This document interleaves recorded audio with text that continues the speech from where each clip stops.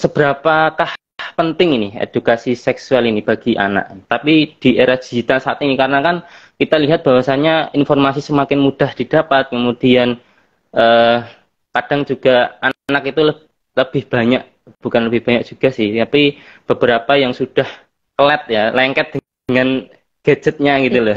Itu seperti apa nih? Mungkin dijelaskan. Tantangan lagi tidak sebagai orang tua kita ya.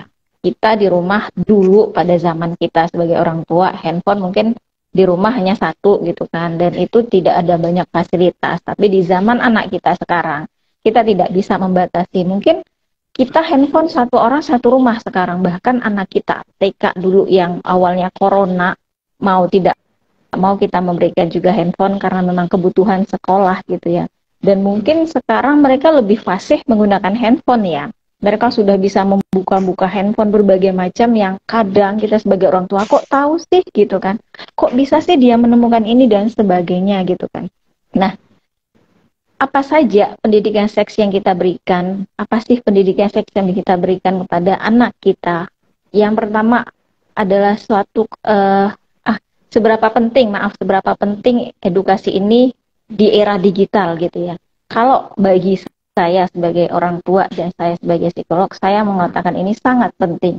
Karena sekali lagi saya bilang, kita tidak bisa seutuhnya mengontrol 24 jam perilaku anak kita, terutama ketika dia bermain dengan handphone yang dia miliki gitu ya. Tidak bisa seutuhnya di samping dia mendampingi dia untuk apa sih yang kamu lihat nak?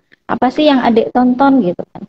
Sehingga kita membentengi itu dengan hal-hal yang memang boleh dia lakukan. Kita bimbing dia, kita kasih pemahaman dia. Adik, mama boleh ngasih handphone kepada adik. Adik boleh nonton, tapi hal-hal yang boleh adik tonton ini.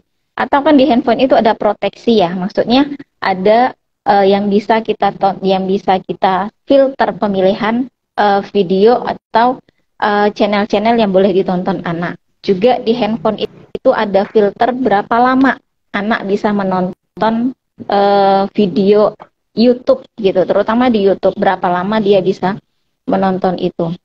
Sehingga ketika kita sudah memberikan bimbingan, memberikan edukasi kepada anak, harapannya anak bisa memahami bahwa handphone itu bukan punyaku loh, tetap mempunyai kuasa dalam mengaturku menggunakan handphone, dalam mengaturku memainkan handphone adalah tetap ada kuasanya orang tua. Sehingga harapannya ketika kita sudah membentengi itu, tantrum anak ketika anak tidak dapat handphone bisa kita atasi gitu ya. Anak belajar, oh ini bukan punyaku. Orang tua berhak untuk mengambil apa yang bukan menjadi milikku. Dan ketika memang handphone yang digunakan anak punya kita ajarkan juga anak untuk meminjam. Pinjam handphonenya dulu. Lalu kita buat kesepakatan, oke, mama kasih handphone, sekian menit, setelah itu mama minta kembali.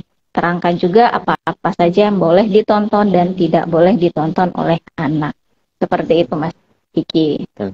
Jadi ada beberapa poin yang tentunya orang tua itu harus lebih paham ya daripada anaknya. Kadang kan orang tua itu kan kadang lebih ketinggalan zaman ya daripada anak yang sekarang ini kan lebih jelas. Anak kan nggak ragu ya untuk membuka ini, membuka itu. Padahal kita paham kok dia belum bisa baca, tapi kok udah bisa buka ini ya gitu kan. Tapi kita sebagai orang tua kaget kok bisa gitu kan. Mereka belajarnya dari simbol gitu. Proteksi kita sebagai orang tua. Jadi emang orang tua itu harus benar-benar belajar juga ya tentang melek teknologi.